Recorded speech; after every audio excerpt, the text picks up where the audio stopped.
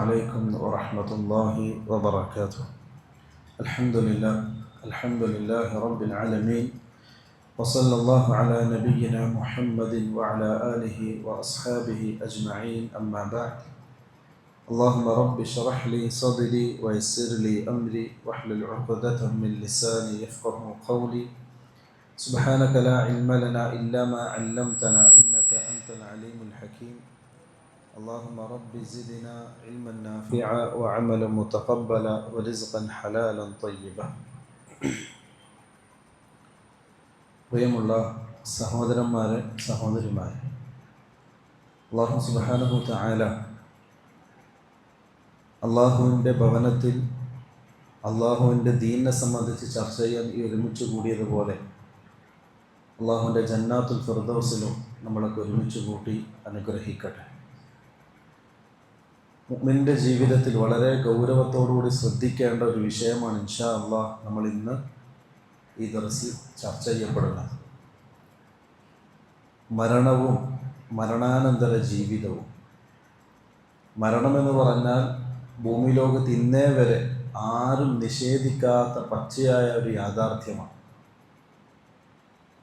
ദുനിയാവിൽ പലരും പലതിനെയും നിഷേധിച്ചിട്ടുണ്ട്, പക്ഷെ അവരാരും മരണത്തെ നിഷേധിച്ചിട്ടില്ല. കാരണം അതൊരു പച്ചയായ സത്യമാണ്, ആർക്കും നിഷേധിക്കാൻ പറ്റാത്ത, തള്ളിക്കളയാൻ പറ്റാത്ത ഒരു പ്രതിഭാസമാണ്. ഒരു കവി പാടുകയുണ്ടായി, റസൂലുള്ളാഹി സ്വല്ലല്ലാഹു അലൈഹി വസല്ലമയുടെ സദസ്സിലാണ് അദ്ദേഹം കവിത പാടുന്നത്. അദ്ദേഹം പറഞ്ഞു, കുല്ലുബിനു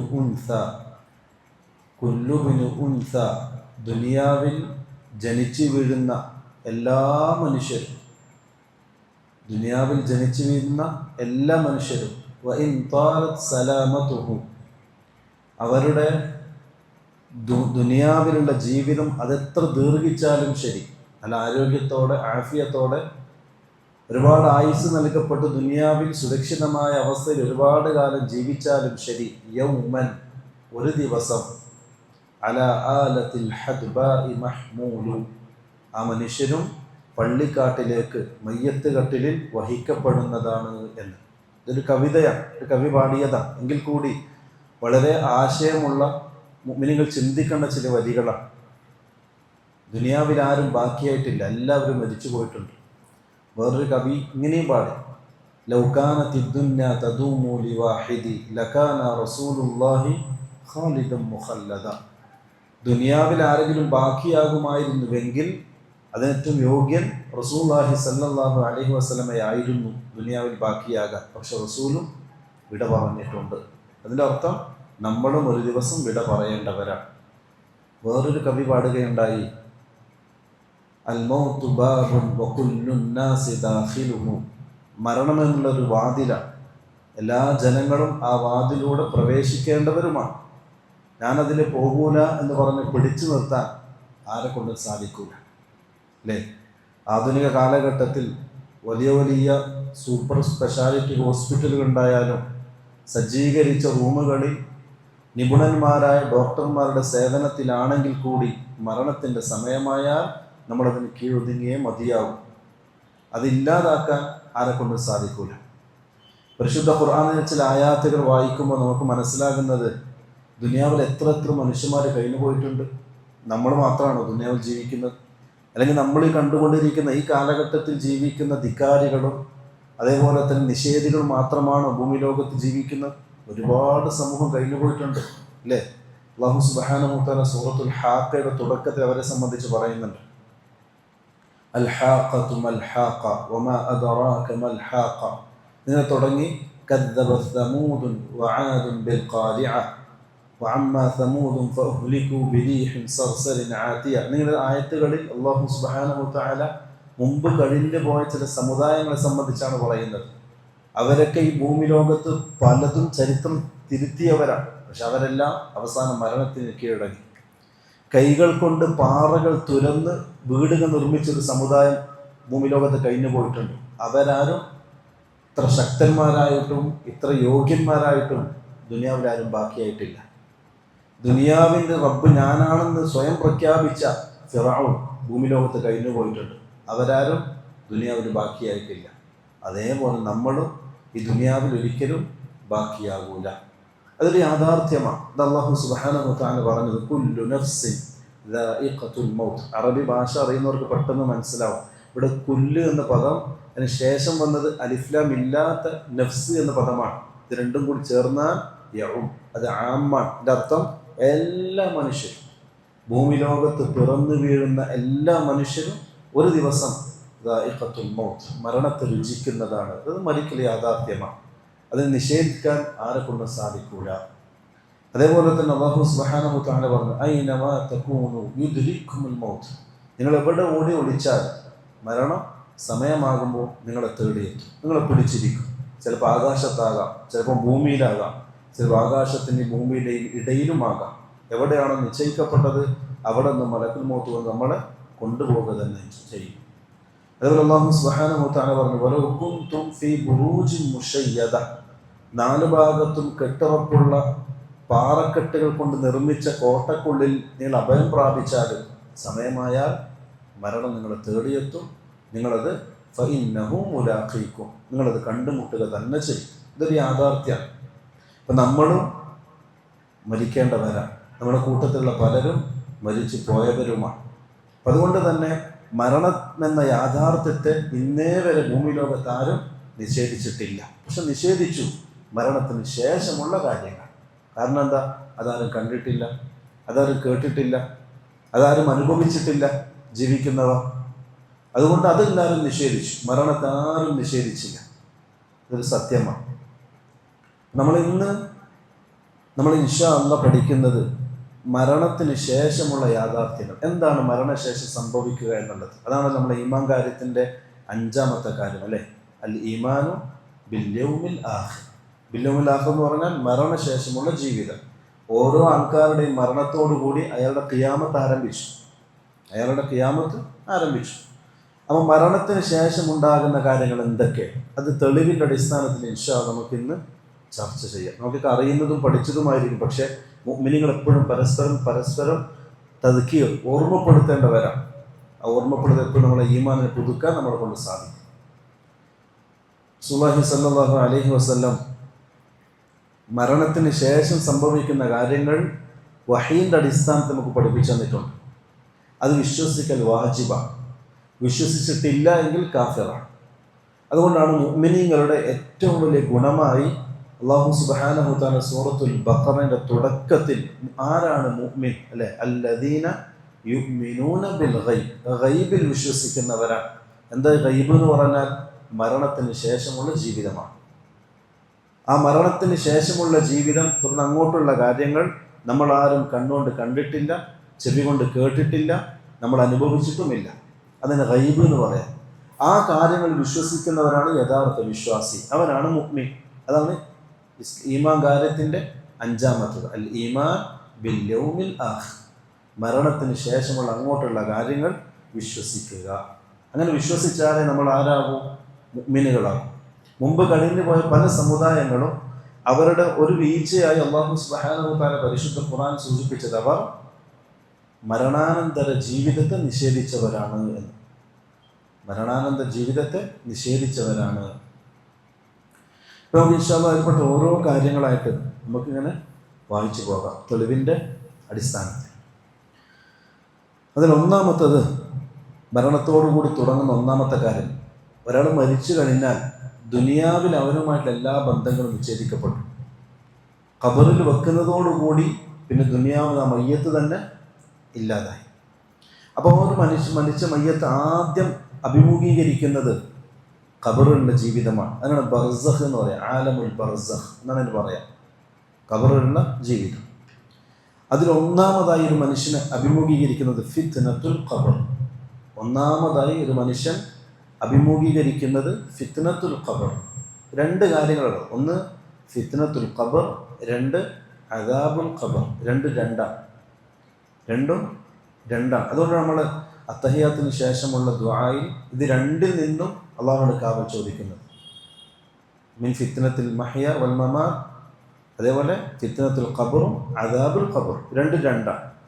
അപ്പം ആദ്യം മനുഷ്യൻ അഭിമുഖീകരിക്കുന്നത് ഫിത്നത്തുൽ ഖബറാണ്. എന്താ ഈ ഫിത്നത്തുൽ ഖബർ എന്ന് പറഞ്ഞാൽ? ശരിക്കും ശ്രദ്ധിക്കണം. ഫിത്നത്തുൽ ഖബർ എന്ന് പറഞ്ഞാൽ വദാലിക ബിസുആലിൽ മലകൈനി ലിൽ മയ്യിത്ത്. നമ്മൾ പള്ളിക്കാട്ടിൽ മയ്യത്ത് ഖബറിൽ കൊണ്ടുവച്ചാൽ 2 മലക്കുകൾ നമ്മളോട് ചില ചോദ്യങ്ങൾ ചോദിക്കും ഖബറിൽ. അതിനാണ് ഫിത്നത്തുൽ ഖബർ എന്ന് പറയാം.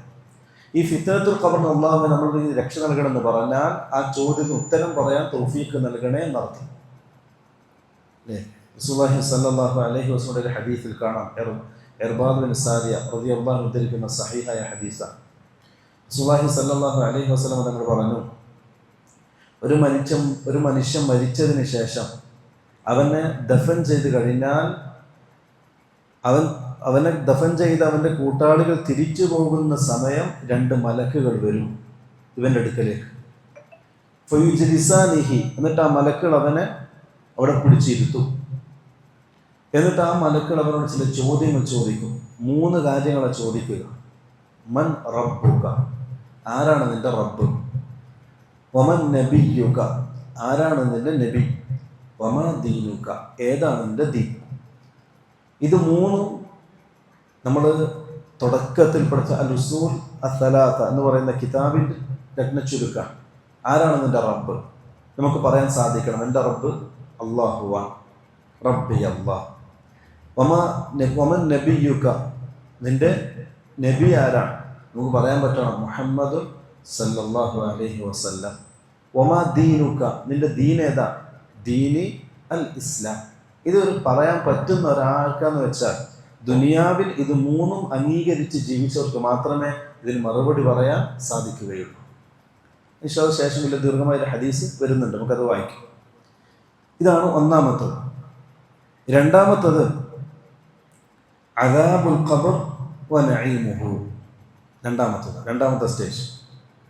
ഈ ചോദ്യ ഉത്തരം കഴിഞ്ഞതിന് ശേഷം രണ്ടാമത് വരുന്നത് നഈമുൽ ഖബറും അദാബുൽ ഖബറും. ഈ ചോദ്യത്തിന് ഉത്തരം പറഞ്ഞവർക്ക് ഖബറിൽ സുഖം സന്തോഷമായിരിക്കും.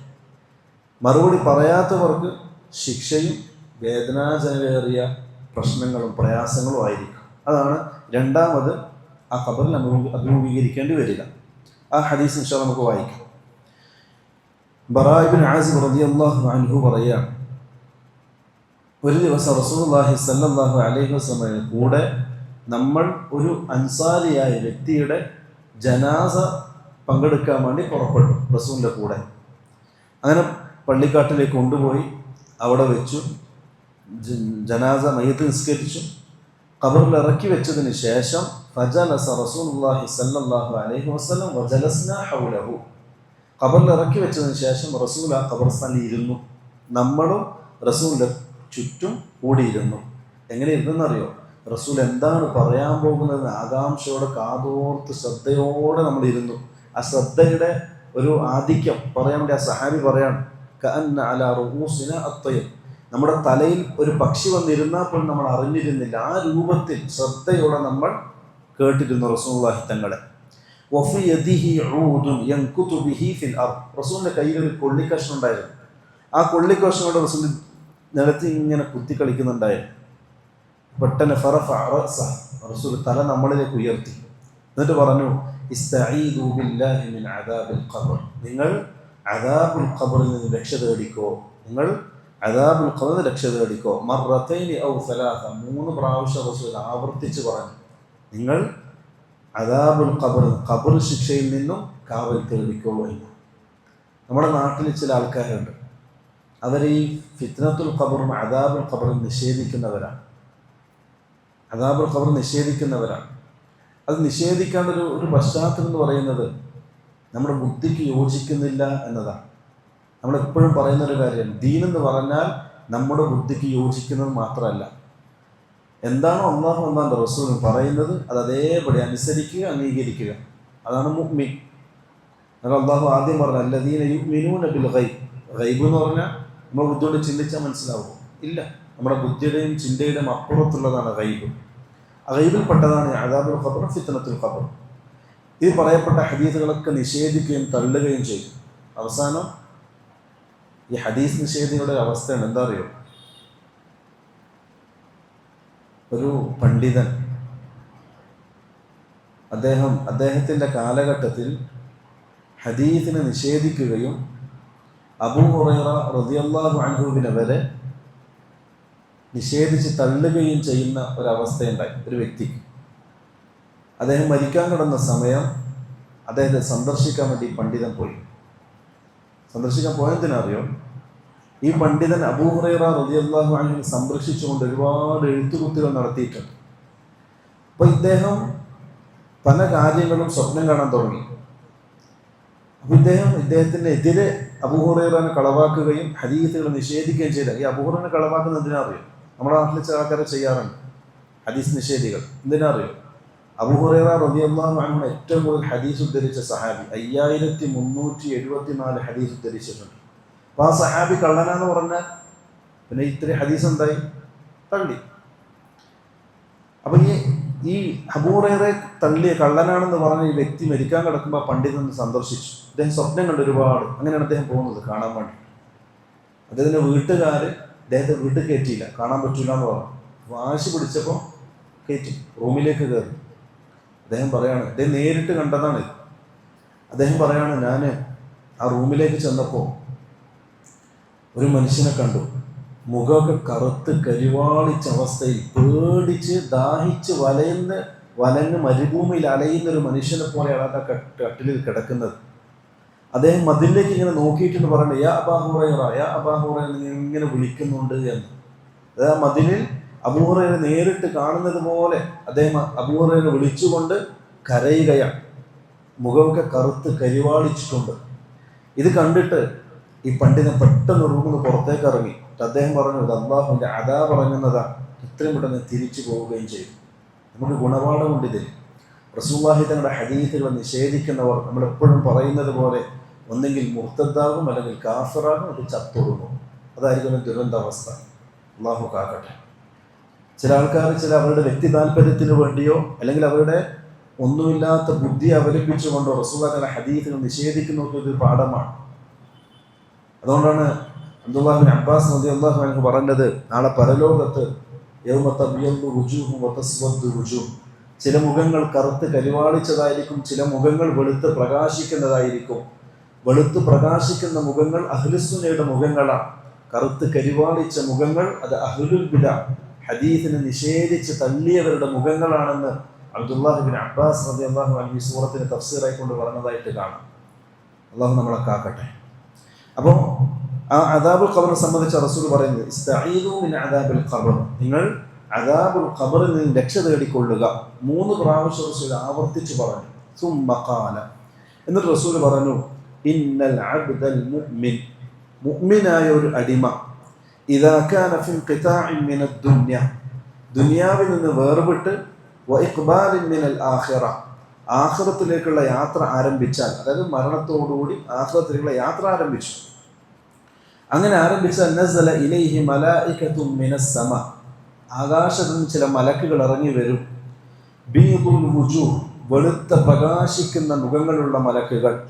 കഅന്ന വുജൂഹഹും അശ്ശംസ്, അവരുടെ മുഖങ്ങൾ പ്രകാശിക്കുന്ന സൂര്യനെ പോലെയായിരിക്കും.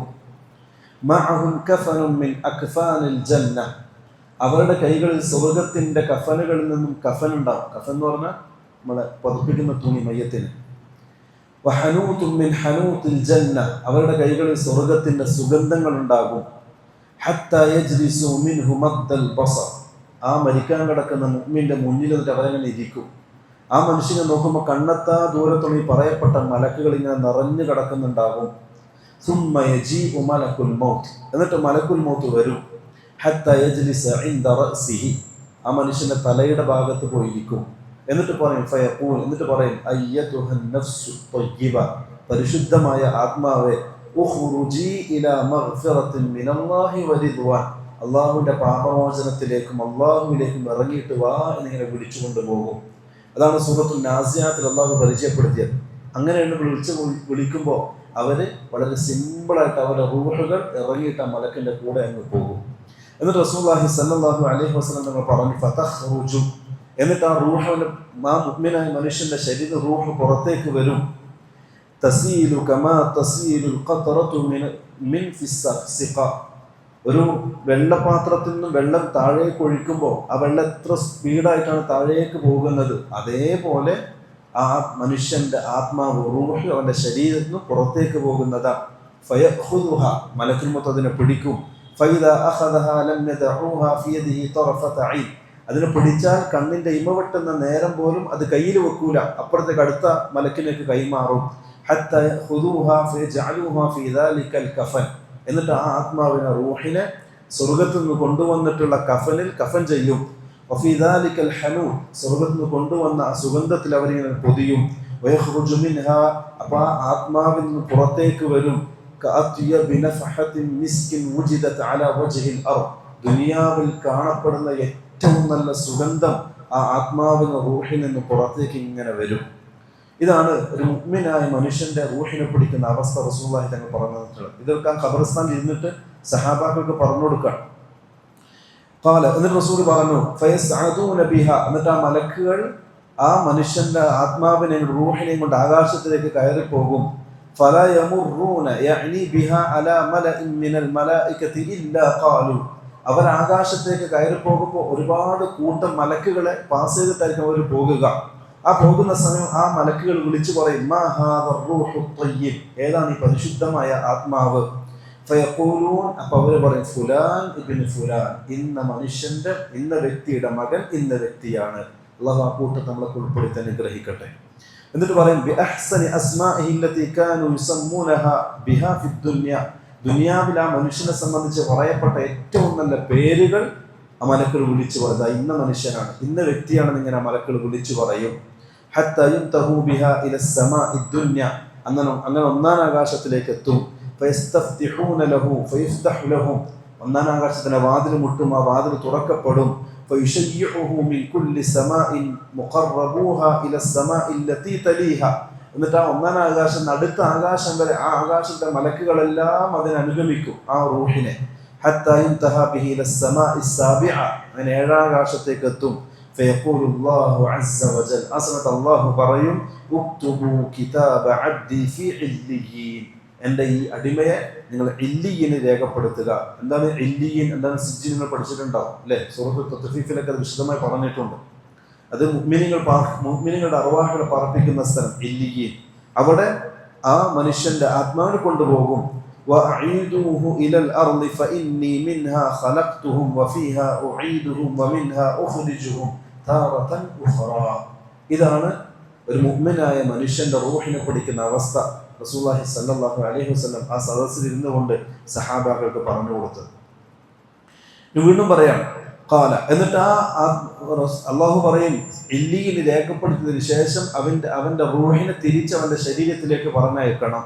അവന്റെ ശരീരത്തിലേക്ക് പറഞ്ഞയക്കും. ഫതുആദു റൂഹുഹു ഫീ ജസദിഹി, മരിച്ച് കബറിൽ കിടക്കുന്ന മനുഷ്യന്റെ ശരീരത്തിൽ റൂഹ് വീണ്ടും വരും. ഫയഅതീഹി മലകാനി, അപ്പോഴാണ് രണ്ട് മലക്കുകൾ അവന്റെ അടുക്കലേക്ക് വരിക. ഫയുജ്ലിസാനിഹി, അവനെ പിടിച്ചിരുത്തും. ഫയഖൂലാനി ലഹു, എന്നിട്ട് അവനോട് ചോദിക്കും മൻ റബ്ബുക, ആരാണ് നിന്റെ റബ്ബ്?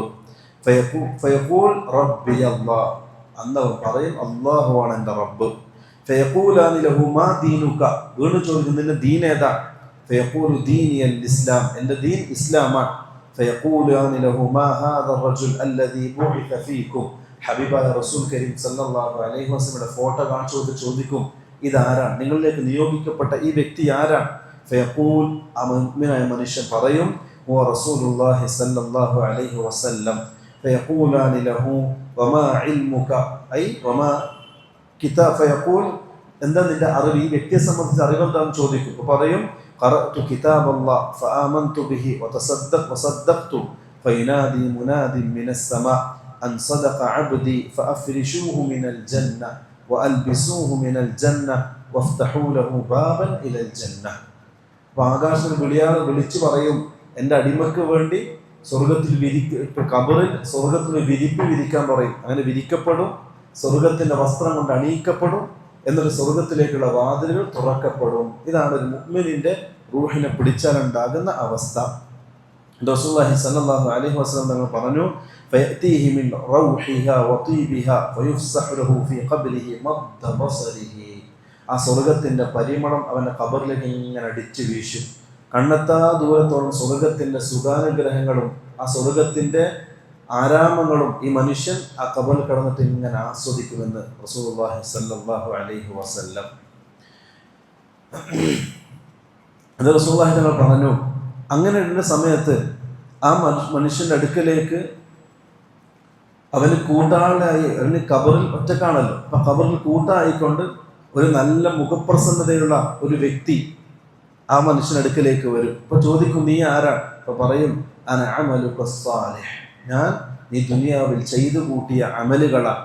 ഫയഖൂൽ, അപ്പോൾ ആ അടിമ പറയും, ആ മരിച്ച മയ്യത്ത് പറയും, അഖിമസ്സാഅ ഹത്താ അർജിഅ ഇലാ അഹ്ലി വമാലി, അല്ലാഹുവേ പെട്ടെന്ന് ഖിയാമത്ത് നാളാക്കണം, എനിക്ക് എൻ്റെ കുടുംബക്കാരെയും എൻ്റെ ആൾക്കാരൊക്കെ എനിക്ക് കാണാൻ ആഗ്രഹമുണ്ട്, പെട്ടെന്ന് ഖിയാമത്ത് നാളാക്കണമെന്ന് ആ ആത്മാവ് വിളിച്ചു പറയുമെന്നാണ്. ഇതാണ് പ്രിയമുള്ളവരെ മുഅ്മിനായ മനുഷ്യൻ്റെ മരണവും ആ മരണത്തിന് ശേഷം ഖബറിൽ സംഭവിക്കുന്ന ചില കാര്യങ്ങളും റസൂലുള്ളാഹി സ്വല്ലല്ലാഹു അലൈഹി വസല്ലം ആ ഖബർസ്ഥാനിൽ നിന്നുകൊണ്ട് സഹാബാക്കൾക്ക് പറഞ്ഞു കൊടുത്തത്.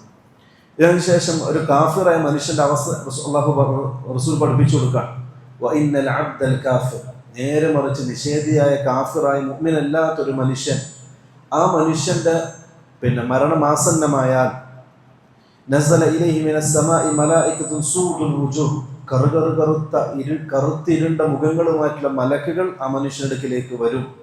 മഅഹും അൽ മുസൂഹുൻ ഫയജ്ലിസൂന മിൻഹു മദ്ദൽ ബസർ തുമ്മ യജീഉ മലക്കുൽ മൗത്ത്, അവരിങ്ങനെ ആ മനുഷ്യന്റെ ചുറ്റും കൂടി ഇങ്ങനെ ഇരിക്കും. മലക്കുൽ മൗത്ത് വരും, തലയുടെ ഭാഗത്തിരിക്കും. എന്നിട്ട് പറയും, അയ്യതുഹൻ നഫ്സുൽ ഖബീസ, മോശപ്പെട്ട ആത്മാവേ, ഉഖ്രിജി ഇലാ സഖത്തിൻ മിനല്ലാഹി വഗദബ്, അല്ലാഹുവിന്റെ കോപത്തിലേക്കും ദേഷ്യത്തിലേക്കും ഇറങ്ങുക എന്ന് പറയും.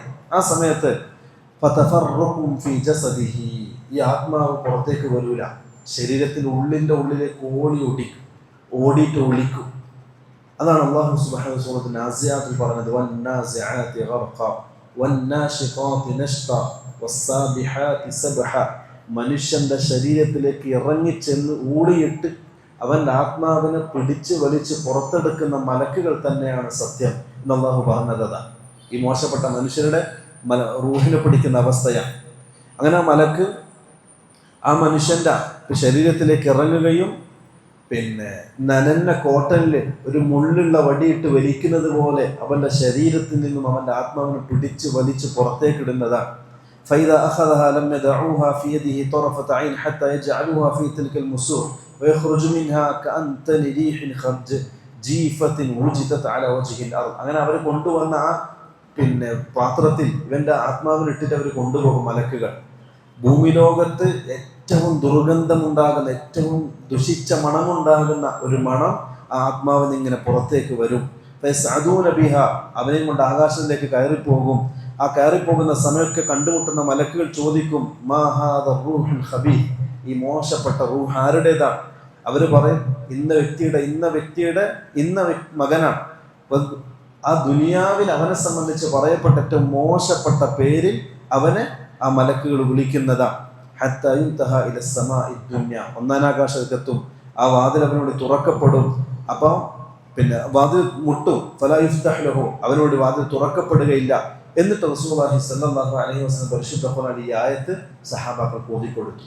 അല്ലാഹു റസൂൽ പറയാം, ലാ തുഫത്തഹ് ലഹും അബ്വാബുസ് സമാ, ലാ തുഫത്തഹ് ലഹും അബ്വാബുസ് സമാ, മലക്കൾ അവൻ്റെ ആത്മാവിനെ കൊണ്ട് ഒന്നാനാകാശത്തിൻ്റെ വാതിൽ മുട്ടുമ്പോൾ ലാ തുഫത്തഹു ലഹും അബ്വാബുസ് സമാ, അവർക്ക് വേണ്ടി ആകാശത്തിൻ്റെ വാതിൽ തുറക്കപ്പെടുകയില്ല.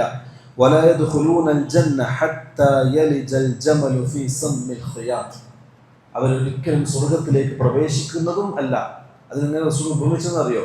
അള്ളാഹു പറയാം, സൂചി ഉണ്ടല്ലോ, സൂചിയുടെ നമ്മൾ നൂലിടുന്ന കോർക്കുന്ന ദ്വാരം ഉണ്ടല്ലോ, ആ ദ്വാരത്തിലൂടെ ഒട്ടകം പ്രവേശിക്കുന്നത് പോലെ, ഒട്ടകത്തിന് ആ നൂലിനുള്ളിൽ ഇടാൻ പറ്റുമോ? മുസ്തഹീൽ, ഒരിക്കലും പറ്റാത്തതാണ്. അതേപോലെയാണ് അവരുടെ സ്വർഗപ്രവേശനം, ഒരിക്കലും സാധ്യമാകാത്തതാണ്. അതാണ് അല്ലാഹു സുബ്ഹാനഹു സൂറത്തിൽ പറയുന്നത്. എന്നിട്ട് അല്ലാഹു പറയും, ഉക്തുബു കിതാബഹു ഫി സിജ്ജീൻ ഫിൽ അർളി സുഫ്ല, അവൻ്റെ ആത്മാവിനെ സിജ്ജീനിൽ രേഖപ്പെടുന്ന അല്ലാഹു പറയുന്നതാണ്. ഫതുത്രഹു റൂഹുഹു തർഹൻ, മലക്കൾ അവൻ്റെ റൂഹിനെ പിടിച്ച് വലിച്ചെറിയുന്നതാണ്. ثم قرأ, എന്നിട്ട് റസൂലുള്ളാഹി സ്വല്ലല്ലാഹു അലൈഹി വസല്ലം ഈ ആയത്ത് സഹാബാക്കൾക്ക് ഓതിക്കൊടുത്തു. വമൻ യുശ്രിക് ബില്ലാഹി ഫകഅന്നമാ ഖറ മിനസ് സമാ, ആരാണ് അല്ലാഹു ശിർക്ക് ചെയ്യുന്നത്, അവൻ ആകാശം പിടിവിട്ട് താഴേക്ക് വീണവനെ പോലെയാണ്. ഫതഖ്തഫു അത്വയ്റു ഔ തഹ്വീ ബിഹി റീഹു ഫീ മകാനിൻ സഹീഖ്, ഒന്നുകിൽ പറവകൾ അവനെ തട്ടിയെടുക്കും, അതല്ലെങ്കിൽ കാറ്റ് അവൻ ഏതെങ്കിലും ദിക്കിലേക്ക് കൊണ്ടുപോയി തള്ളുകയും ചെയ്യും. ഇതായിരിക്കും മോശപ്പെട്ട മനുഷ്യന്റെ ആത്മാവിന്റെ അവസ്ഥ എന്ന് റസൂലുള്ളാഹി സ്വല്ലല്ലാഹു അലൈഹി വസല്ലം ആയത്തിലൂടെ നമുക്ക് പഠിപ്പിച്ചു തരാം. റസൂൽ പറഞ്ഞു, ആ മനുഷ്യന്റെ ആത്മാവിന് വീണ്ടും ശരീരത്തിലേക്ക് മടക്കപ്പെടും, രണ്ട് മലക്കുകൾ വരും, അവനെടുത്തിരിക്കും, എന്ന് ചോദിക്കും. ഫയഖൂൽ ഹാ ഹാ ലാ അദ്രി. അല്ലാഹു കാക്കട്ടെ. നമ്മൾ മലക്കുകൾ ചോദിക്കുന്ന ചോദ്യം ആ മനുഷ്യൻ പറയുന്നത് ഹാ ഹാ ലാ അദ്രി, എനിക്കറിയില്ല. അപ്പൊ ചോദിക്കും മാ ദീനുക, ഫയഖൂൽ ഹാ ഹാ ലാ അദ്രി. വീണ്ടും ചോദിക്കും, റസൂൽ തങ്ങളെ കാണിച്ചു, ഇത് ആരാണ്? പറയും എനിക്കറിയില്ല. ഫയനാദി മുനാദിൻ മിനസ് സമ, ആകാശത്ത് ഒരു വിളിയാണ് വിളിച്ചു പറയും, കദബ, ഈ മനുഷ്യൻ പറഞ്ഞതെല്ലാം കളവാൻ. അഫ്രിഷൂ ലഹു മിനൻ നാർ, നരകത്തിന്റെ പരവതാനം അവന് വിരിച്ചു കൊടുക്ക്. വഫ്തഹൂ ലഹു ബാബൻ ഇലൻ നാർ, നരകത്തിലേക്കുള്ള വാതിലുകൾ അവന് തുറന്നു കൊടുക്ക്.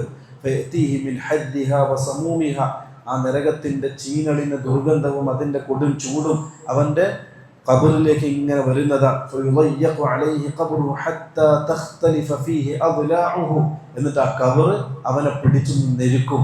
രണ്ട് വാരിയലുകൾ പരസ്പരം കോർന്നിണങ്ങുന്ന രൂപത്തിൽ ആ ഖബർ അവനെ പിടിച്ച് ഇറുക്കിക്കളയുന്നതാണ്. റസൂലുള്ളാഹി സ്വല്ലല്ലാഹു അലൈഹി വസല്ലം തങ്ങൾ പറഞ്ഞു, ആ സമയത്തൊക്കെ മനുഷ്യനടുക്കിലേക്ക് മോശപ്പെട്ട രൂപമുള്ള ഒരു മനുഷ്യൻ വരിക. അപ്പൊ ചോദിക്കും, നീ ആരാണ്? അപ്പൊ പറയും, അന അമലുക്കൽ ഖബീസ്, നീ ദുനിയാവിൽ ചെയ്തു കൂട്ടിയ തോന്നിവാസങ്ങളാണ് ഞാൻ. ഫയഖൂൽ, അപ്പൊ മനുഷ്യൻ പറയും, റബ്ബി ലാ തുഖീമിസ് സഅ, അല്ലാഹുവേ ഖിയാമത്ത് നാൾ ഉണ്ടാക്കല്ലേ, കാരണം ഇത് സാമ്പിൾ മാത്രമാണ്, വരാനിരിക്കുന്നതിനേക്കാൾ ഭയാനകരമാണ്, അതുകൊണ്ട് ഖിയാമത്ത് നാൾ ഉണ്ടാക്കല്ല റബ്ബേ എന്ന് ആ മനുഷ്യൻ വിളിച്ചു പറയുന്നതാണ്. ഇതാണ് പ്രിയമുള്ളവരെ ഖബറിൽ നടക്കുന്ന അദാബുൽ ഖബർ, അതേപോലെ നഈമുൽ ഖബർ. മുഅ്മിനീങ്ങൾക്ക് സുഖവും നിഷേധികൾക്ക് സങ്കടവുമായിരിക്കും ഖബറിൽ ഉണ്ടാകുക. وقد أجمع أهل السنة والجماعة على أن عذاب القبر يكون أحيانا على الروح والبدن جميعا. ഇത് അഹ്ലുസുന്നത്തി വൽ ജമാഅ ഐക്യകണ്ഠേന പിന്നെ അഭിപ്രായപ്പെട്ടിട്ടുള്ള കാര്യമാണ്. ഇതിൽ ആർക്ക് എതിരഭിപ്രായമുള്ളൂ? അഹ്ലുൽ ബിദ്അ മാത്രമാണ്. അദാബുൽ ഖബർ നിഷേധിക്കുന്ന ഹദീസ് നിഷേധികൾക്ക് മാത്രമേ ഇതിനെതിരെ അഭിപ്രായമുള്ളൂ. ഇതാണ് ഒരു മനുഷ്യൻ മരണപ്പെട്ടാൽ ആദ്യം അഭിമുഖീകരിക്കുന്ന രണ്ട് കാര്യങ്ങൾ. ഒന്ന് അദാബ്, പിന്നെ ഫിത്നത്തുൽ ഖബർ, അത് മലക്കുകളുടെ ചോദ്യമാണ്. രണ്ടാമത്തത് നഈമുൽ ഖബരി വ അദാബ്, ഒന്നുകിൽ മുഅ്മിനീങ്ങൾക്കുള്ള സുഖാനുഗ്രഹം ഖബറിൽ, അല്ലെങ്കിൽ നിഷേധികൾക്കുള്ള ശിക്ഷ. ഇതായിരിക്കും ഖബറിൽ നടക്കുന്നത്. അടുത്തതായി റസൂലുള്ളാഹി സ്വല്ലല്ലാഹു അലൈഹി വസല്ലം പഠിപ്പിച്ചത് പിന്നുണ്ടാകുന്ന കാര്യം അന്നഫ്ഖു, പിന്നുണ്ടാകുന്നത് കാഹളത്തിലുള്ള ഊത്തം, അല്ലേ? രണ്ട് പ്രാവശ്യം ഊത. ഒന്നാമത്തെ ഊത്തിൽ ഭൂമിലോകത്തുള്ള സകലതും നശിക്കും, സകലതും നശിക്കും. രണ്ടാമത്തെ ഊത്തിൽ ആ നശിച്ചതെല്ലാം ജീവനോടെയായി അല്ലാഹുവിന്റെ അടുക്കലേക്ക് മഹ്ശറിലേക്ക് വരും. അതാണ് അതിനുമായി ബന്ധപ്പെട്ട കാര്യങ്ങൾ ഇൻഷാഅല്ലാഹ് അഖീദയുടെ കിതാബിലൊക്കെ പഠിക്കുന്നതാണ്. നമ്മളത് ജസ്റ്റ് അത് മാത്രം മനസ്സിലാക്കിയിട്ട് പോവാം. പിന്നെ ഉണ്ടാകുന്നത് ബഅസാണ്. എല്ലാം നശിച്ചതിന് ശേഷം പിന്നെ അല്ലാഹു സുബ്ഹാനഹു വ തആല ഫയഹ്ശുറുൽ ബാരി ജല്ല വഅല അൽ ഇൻസ് വൽ ജിൻ വജമീഅ അൽ ബഹായിം മിൻ ഹയവാനാത്തിൻ വഹശറാത്തിൻ വഗൈരിഹാ. പിന്നെയാണ് മഹ്ശറിൽ അല്ലാഹു സകലരെയും ഒരുമിച്ച് കൂട്ടുക. എല്ലാവരും ഉണ്ടാവും അവിടെ. മനുഷ്യരുണ്ടാവും, ജിന്നുകളുണ്ടാവും, മറ്റുള്ള ജന്തുജാലങ്ങളുണ്ടാകും, ഭൂമി ലോകത്ത് ജീവനുള്ള സകല വസ്തുക്കളും എന്ന് മഹ്ശറിൽ ഒരുമിച്ച് കൂടും. അതാണ് അല്ലാഹു ഖുർആൻ പരിചയപ്പെടുത്തിയത്. വനുഫിഖ ഫിസ്സൂരി ഫഇദാ ഹും മിനൽ അജ്ദാഥി ഇലാ റബ്ബിഹിം യൻസിലൂൻ. കാഹളത്ത് ഊതുന്ന സമയം എല്ലാ മനുഷ്യരും അവരുടെ ഖബറുകൾ എഴുന്നേറ്റ് അവർ അല്ലാഹുവിലേക്ക് യാത്രയാകുന്നതാണ് എന്ന്, അതായത് മഹ്ശറിലേക്ക് പോകുന്നതാണ്. ആ മഹ്ശർ വെച്ചുണ്ടാകുന്ന ചില കാര്യങ്ങളാണ് പിന്നീട് സൂചിപ്പിക്കുന്നത്. അത് ഏറ്റവും പ്രധാനപ്പെട്ട ഒന്ന് ഹിസാബ്, വിചാരണയാണ്. അള്ളാഹുവിൻ്റെ കോടതിയിൽ അള്ളാഹു മനുഷ്യരെ വിചാരണ ചെയ്യുന്നതാണ്. എങ്ങനെ അള്ളാഹു വിചാരണ ചെയ്യാം? ഇന്നല്ലാഹ സരീഉൽ ഹിസാബ്, അള്ളാഹു പെട്ടെന്ന് വിചാരണ ചെയ്ത് തീർക്കുന്നവരാണ്. അള്ളാഹു നമ്മളെപ്പോലെ സമയം വേണ്ട, പെട്ടെന്ന് അള്ളാഹു വിചാരണ ചെയ്യും. ആ വിചാരണ ചെയ്യുന്ന കൂട്ടത്തിൽ ഒന്നാമത്തത് മീസാനാണ്. നമ്മുടെ നന്മ തിന്മകൾ അള്ളാഹു തൂക്കുന്നത്. എന്താ ഈ മീസാൻ എന്ന് പറഞ്ഞാൽ? നിങ്ങൾ കേട്ടിട്ടുണ്ടോ മീസാൻ? മീസാൻ എങ്ങനെ നമ്മൾ വിശ്വസിക്കേണ്ടതാണ്? റസൂലുള്ളാഹി സ്വല്ലല്ലാഹു അലൈഹി വസല്ലം ഹദീസ് പഠിപ്പിച്ചു തന്നിട്ടുണ്ട്. എന്താണ് മീസാൻ? മീസാൻ എന്ന് പറഞ്ഞാൽ അതിന് രണ്ട് കിഫത്തുണ്ട്, രണ്ട് തട്ടുണ്ട്, തുലാസ്, രണ്ട് തട്ടുണ്ട്. ഒരു തട്ടിൽ മനുഷ്യന്റെ നന്മ, മറ്റേ തട്ടിൽ മനുഷ്യന്റെ തിന്മ. ഏതാണോ കനം തൂങ്ങുന്നത്,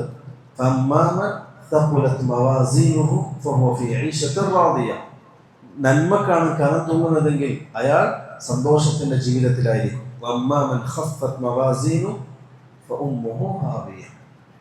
ഏതൊരു മനുഷ്യന്റെ തിന്മയുടെ തട്ടാണോ കനം തൂങ്ങുന്നത്, നന്മയുടെ തട്ടിന് കനം കുറയുന്നത്, അവൻ കത്തിജ്വലിക്കുന്ന നരകത്തിലേക്ക് വലിച്ചെറിയപ്പെടുന്നതാണ് എന്ന്.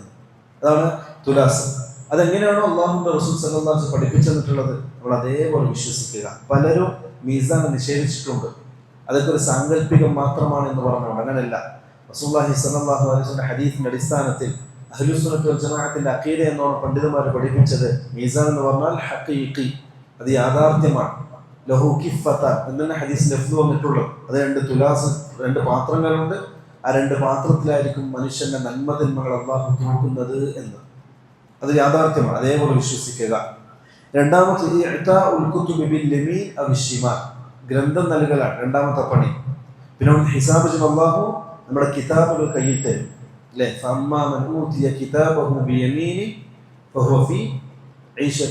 അല്ലെ, അള്ളാഹു പറയാൻ, വലത് കയ്യിൽ കിതാബ് കിട്ടിയവർ അവർ സന്തോഷത്തിലായിരിക്കും, റാഹത്തിലായിരിക്കും. അവരിങ്ങനെ ആ കിതാബ് എടുത്തിട്ട് പറഞ്ഞു, ഇതാ എൻ്റെ കിതാബ് ഒന്ന് വായിച്ചു നോക്ക്, ഞാൻ പാസ്സായിട്ടുണ്ട് എന്ന് പറഞ്ഞുകൊണ്ട് സന്തോഷത്തിന് ഓടി നടക്കും. എന്നാൽ ഇടത് കയ്യിൽ കിതാബ് കിട്ടിയവരാണെങ്കിലോ അവർ പറയും സങ്കടത്തിന്റെ കഥകൾ ഇങ്ങനെ പറഞ്ഞുകൊണ്ട് നെട്ടോട്ടം ഓടുന്നതാണ്. ഇതൊക്കെ സൂറത്തുൽ അല്ലാഹു സുബ്ഹാനഹു വ തആല വിശദമായി വിശദീകരിച്ചിട്ടുള്ളതാണ്.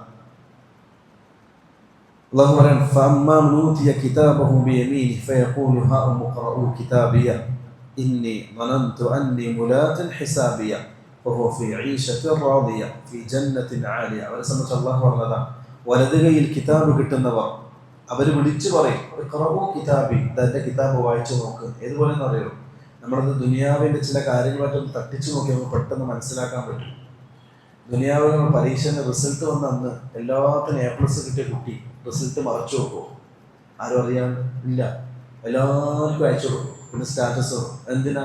എൻ്റെ സന്തോഷം പങ്കുവെക്കാൻ. അതാണ് എപ്പോൾ കിതാബി, അതെൻ്റെ കിതാബ് വായിച്ചു നോക്കൂ എന്ന് പറഞ്ഞാൽ ഇങ്ങനെ സന്തോഷത്തോടി നടക്കും. നേരെ മറിച്ച് ഇടത് കൈയിലാണ് കിതാബ് കിട്ടിയതെങ്കിലും റിസൾട്ട് ഒന്ന് പബ്ലിഷ് ചെയ്തില്ലായിരുന്നുവെങ്കിൽ എത്ര നന്നായേനെ എന്ന് പറഞ്ഞുകൊണ്ട് നട്ടോട്ടം കൊടുക്കുന്നതായിരിക്കും അയാൾ. നമ്മൾ തരംതിരിച്ച് നോക്കിയാൽ മതി. അല്ലാഹു പറയാൻ, ആ മനുഷ്യൻ പറയും, ഇങ്ങനൊരു വിചാരണയുണ്ട്, ഇങ്ങനെ ഒരു മഹ്ശറുണ്ട് എന്ന് എനിക്ക് ഉറപ്പായിരുന്നു, അതുകൊണ്ട് തന്നെ ഞാൻ ദുനിയാവിൽ അങ്ങനെയാണ് ജീവിച്ചത്. അങ്ങനെയുള്ളവർക്ക് നാളെ പരലോകത്ത് തൃപ്തകരമായ ജീവിതമായിരിക്കും അല്ലാഹു നൽകുക. ഉയർന്ന സ്വർഗത്തിൽ, അവിടുത്തെ പഴവർഗ്ഗങ്ങളും അതൊക്കെ അവൻ്റെ അടുത്തുണ്ടാകും. ആഹ്ലാദത്തോടെ സന്തോഷത്തോടെ നിങ്ങൾ ആ കായ്കനികളിൽ നിന്ന് ഭക്ഷിച്ചു കൊള്ളുക എന്ന് അള്ളാഹു മനുഷ്യനോട് പറയുന്നതാണ്. ഇതാണ് നല്ല മുഅ്മിനായ മനുഷ്യനെ സംബന്ധിച്ച്, വലതുകൈയിൽ കിതാബ് കിട്ടുന്നവരെ സംബന്ധിച്ച് അള്ളാഹു സുബ്ഹാനഹു വ തആല പരിചയപ്പെടുത്തി. ഇതേപോലെ മറ്റു ഭാഗം അവർ ഇടത് കൈയിൽ കിതാബ് കിട്ടുന്നവർ. ഇതാണ് ഹിസാബുമായി ബന്ധപ്പെട്ടിട്ടുള്ളത്. അതിനുശേഷം ഉണ്ടാകുന്നത് ഷഫാഅത്താണ്.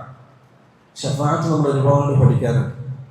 റസൂലുള്ളാഹി സ്വല്ലല്ലാഹു അലൈഹി വസല്ലം അല്ലാഹു പ്രത്യേകം നൽകിയിട്ടുള്ള ഷഫാഅത്ത്, അഹ്ലുസുന്നത്ത് വൽ ജമാഅത്തിന്റെ വിശ്വാസപ്രകാരം 6 അല്ലെങ്കിൽ 7 ഷഫാഅത്ത് റസൂലുള്ളാഹിക്ക് ഖാസാണ്.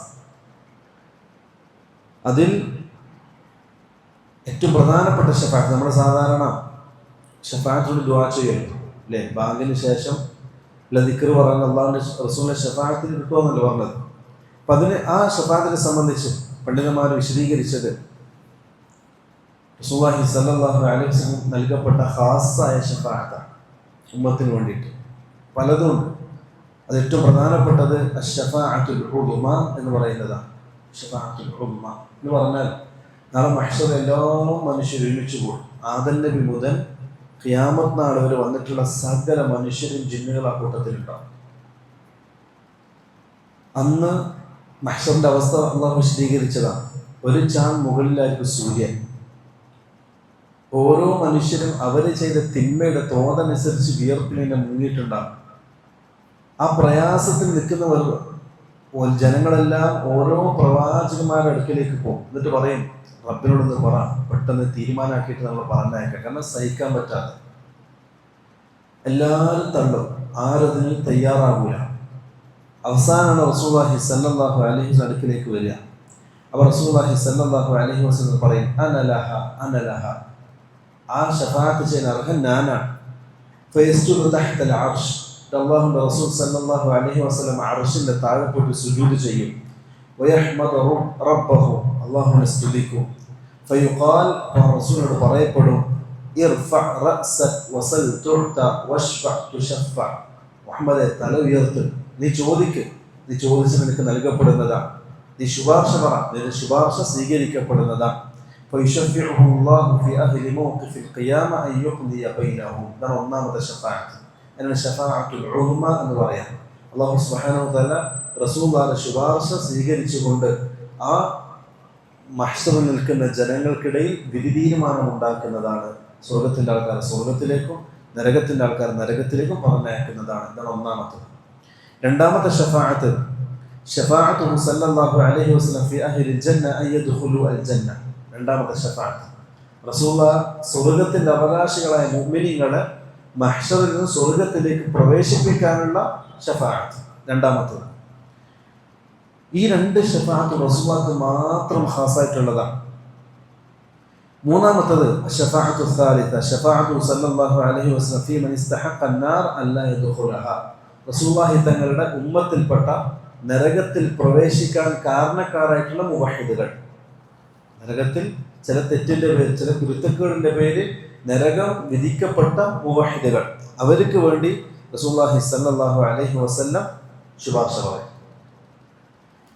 ഈ ഷഫാഅത്ത് റസൂലുള്ളാഹിയും ഉണ്ടാവും, അതേപോലെ ചില മലക്കുകൾ ഉണ്ടാകും, അതേപോലെ ചില അമ്പിയാക്കളും ശുപാർശ പറയും. അതെല്ലാവരും ഉണ്ട്, റസൂലുള്ളാഹിക്ക് മാത്രം ഖാസല്ല, അതിൻ്റെ കൂടെ മറ്റുള്ളവരുണ്ടാകും.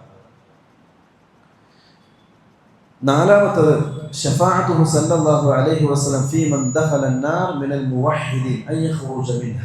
ഈ പറയപ്പെട്ടതുപോലെ ചില മുവഹിദുകൾ അവരുടെ കുരുത്തക്കേട് കാരണം നരകത്തിലേക്ക് ആയിട്ടുണ്ടാകും. അങ്ങനെയുള്ള മുവഹിദുകളെ നരകത്തിൽ നിന്ന് മോചിപ്പിക്കാൻ അല്ലാഹുവിൻ്റെ റസൂലിന്റെ ഷഫാഅത്ത് ഉണ്ടാകും.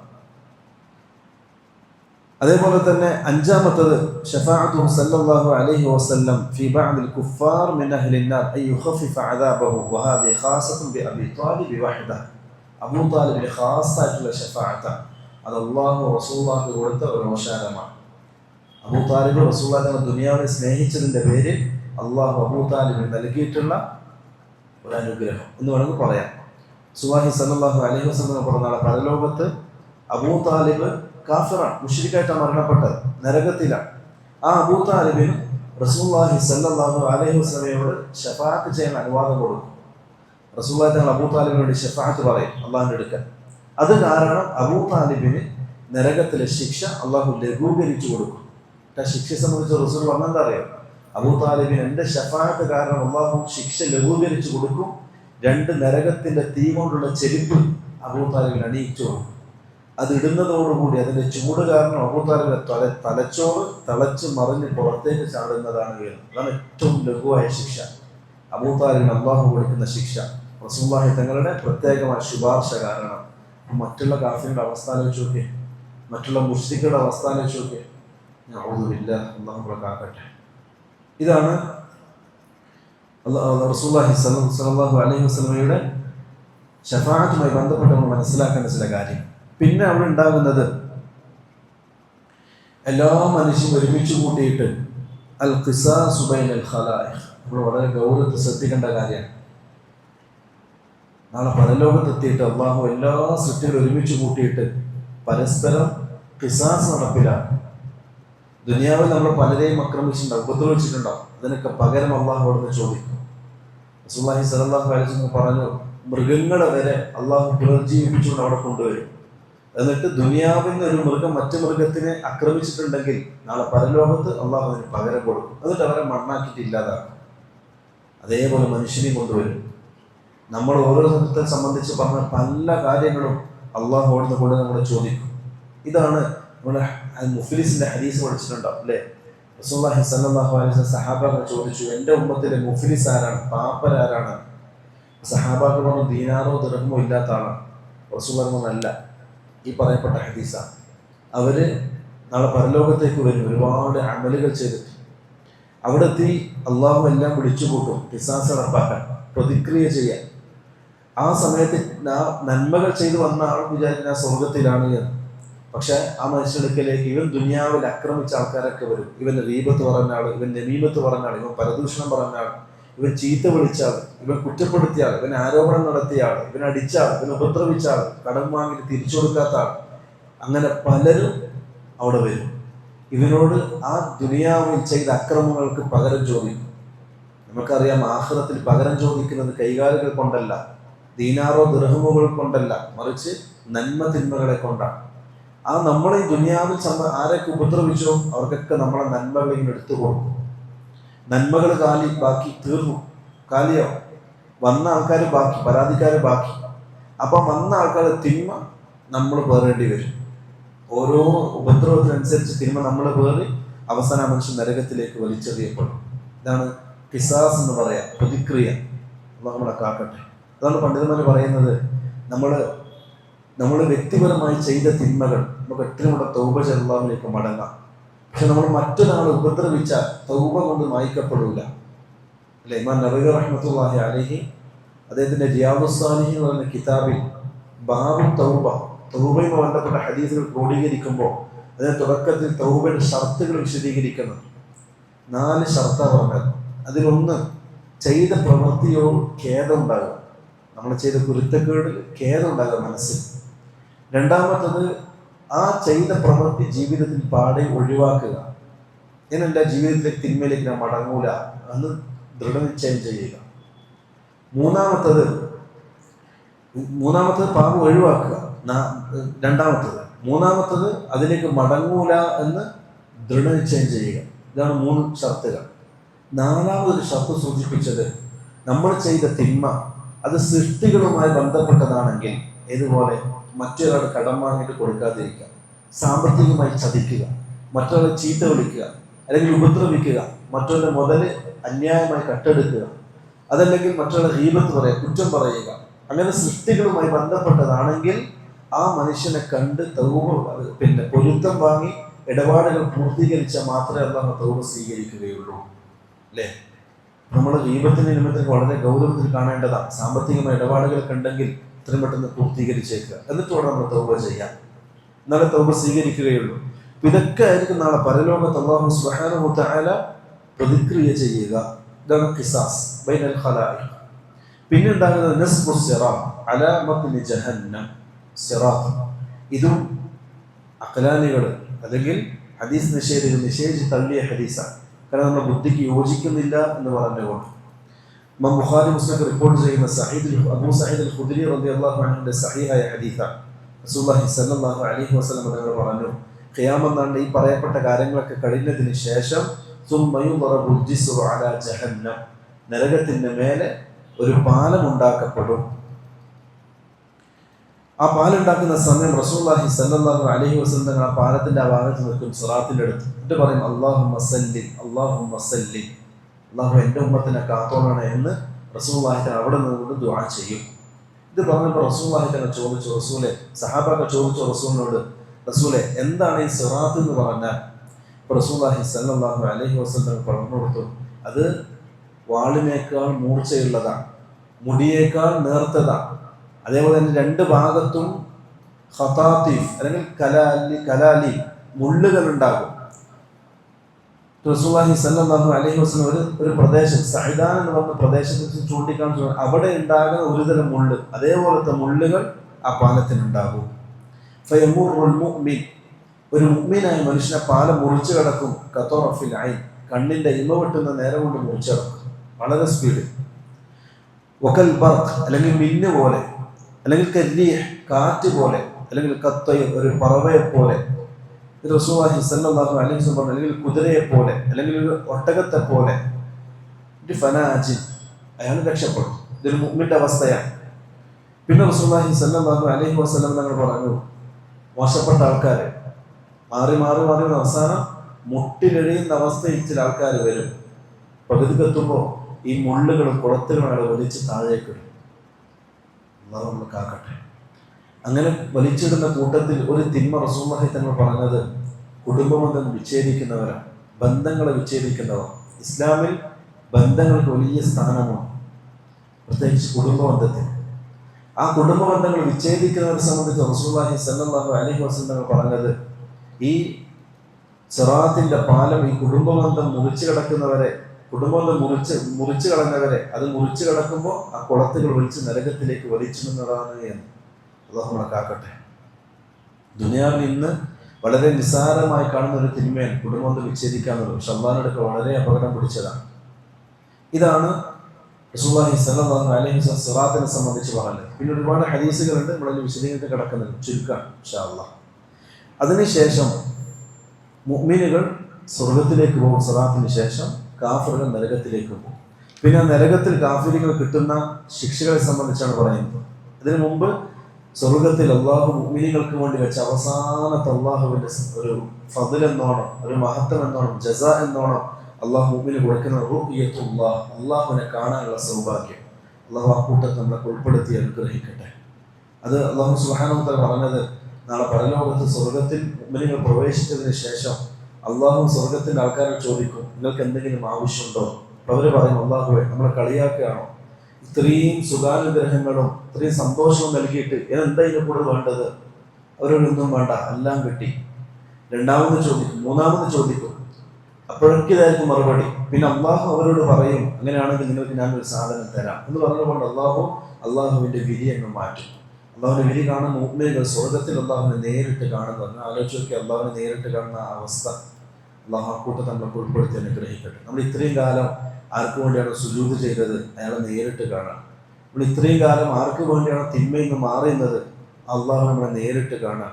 ഇത്രയും കാലം നമ്മൾ ആർക്ക് വേണ്ടിയാണ് നോമ്പെടുത്തതും മറ്റുള്ള പ്രയാസങ്ങൾ സഹിച്ചതും ഇത്രയും കുത്തുവാക്കുകളും കളിയാക്കലുകൾ കേട്ടിട്ടും അള്ളാഹുവിന്റെ ദീനനുസരിച്ച് ജീവിക്കാൻ നമ്മൾ ആർക്ക് വേണ്ടിയാണോ തയ്യാറായത്, ആ അള്ളാഹുവിനെ നമ്മൾ നേരിട്ട് കാണുക. ഇത്രയും കാലം നമ്മൾ ദുആ ചെയ്ത് അള്ളാഹുവിനെ നേരിട്ട് കാണുകയാണ്. ആ സൗഭാഗ്യം, ആ സന്തോഷം പറഞ്ഞറിയിക്കാൻ പറ്റാത്തതാണ്. ഇത് കണ്ടപ്പോൾ മുഅ്മിനുകൾ വിളിച്ചു പറയും, അള്ളാഹുവേ മതി, ഇതിനപ്പുറം ഒന്നും നമുക്ക് കാണാനോ കേൾക്കാനോ കിട്ടാനോ ഇല്ല എന്ന് മുഅ്മിനുകൾ വിളിച്ചു പറയുന്നതാണ്. ഇതാണ് അല്ലാഹു സുബ്ഹാനഹു വ തആല പരിശുദ്ധ ഖുർആൻ മുഅ്മിനുകൾക്ക് അധികരിപ്പിച്ചു കൊടുക്കുമെന്ന് പറഞ്ഞിട്ടുള്ള സൗഭാഗ്യം, സ്വർഗത്തിൽ അള്ളാഹുവിനെ കാണാനുള്ള ഭാഗ്യം. ഇതാണ് ഖബറിന് ശേഷമുള്ള, മരണത്തിന് ശേഷമുള്ള ജീവിതത്തിന്റെ വളരെ ചുരുങ്ങിയ ചില ഭാഗങ്ങൾ. ഇതിൽ ഓരോന്നിലും ഒരുപാട് ഹദീസുകളും അവിടെ നടക്കുന്ന ഒരുപാട് കാര്യങ്ങളുണ്ട്. അതൊക്കെ ഒഴിവാക്കി വളരെ ചുരുക്കിയിട്ടാണ് ഇത് വിശദീകരിച്ചത്. ഖബർ തൊട്ട് അങ്ങോട്ട് നടക്കുന്ന ചില കാര്യങ്ങൾ. അല്ലാഹു സുബ്ഹാനഹു വ തആല മരിക്കുമ്പോൾ ഈമാനോടെ മരിക്കാനും മുവഹിദായിക്കൊണ്ട് റബ്ബിനെ കണ്ടുമുട്ടാനും നല്ല തൗഫീഖ് നൽകി അനുഗ്രഹിക്കട്ടെ. ഇസ്തിഖാമത്തോടുകൂടി ദുനിയാവിൽ ജീവിക്കാനും ഇസ്തിഖാമത്തോടുകൂടി തന്നെ മരണപ്പെടാനും റഹ്മാനായ റബ്ബ് നമുക്ക് നല്ല തൗഫീഖ് നൽകി അനുഗ്രഹിക്കട്ടെ. ഹാദാ വല്ലാഹു അഅലം വസല്ലല്ലാഹു അലാ നബിയിനാ മുഹമ്മദിൻ വഅലാ ആലിഹി വസഹ്ബിഹി വസല്ലം. അസ്സലാമു അലൈക്കും വറഹ്മത്തുള്ളാഹി വബറകാതുഹു.